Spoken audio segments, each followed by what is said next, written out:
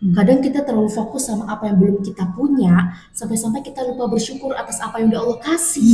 Halo teman-teman, bersama kita Iska Latifah, Roma Agustina di Kurban Talks bersama Tim Peduli. Nah, hari ini kita akan bahas tentang hikmah-hikmah berkurban yang jarang kamu ketahui.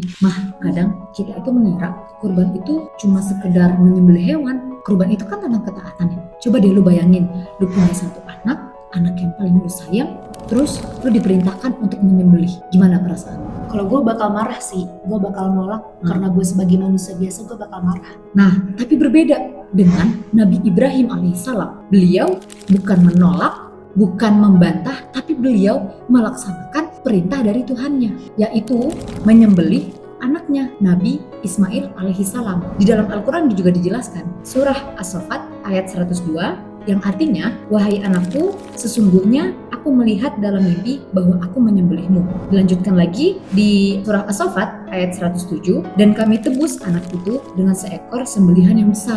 Oh, berarti dari sini kita bisa belajar bahwa kadang bukti cinta kita kepada Allah, kepada Rob itu merelakan hal-hal yang kita sayangi, hal-hal yang kita cintai. Nah, kurban itu juga ngajarin kita tentang ketakwaan.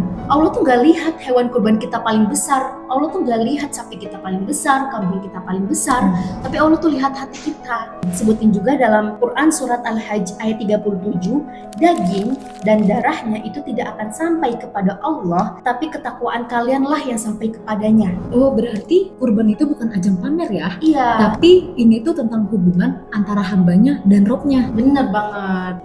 Berkurban itu juga salah satu bentuk syukur atas nikmat Allah nggak sih? Kayak kita tahun ini masih dipertemukan dengan Idul Adha aja udah nikmat dari Allah. Bener sih, bener. Nah, seperti yang dijelaskan di dalam Al-Quran, surah Al-Kautsar ayat 1-2, yang artinya, sesungguhnya kami telah memberikan kepadamu nikmat yang banyak, maka dirikanlah sholat karena Tuhanmu dan berkurbanlah.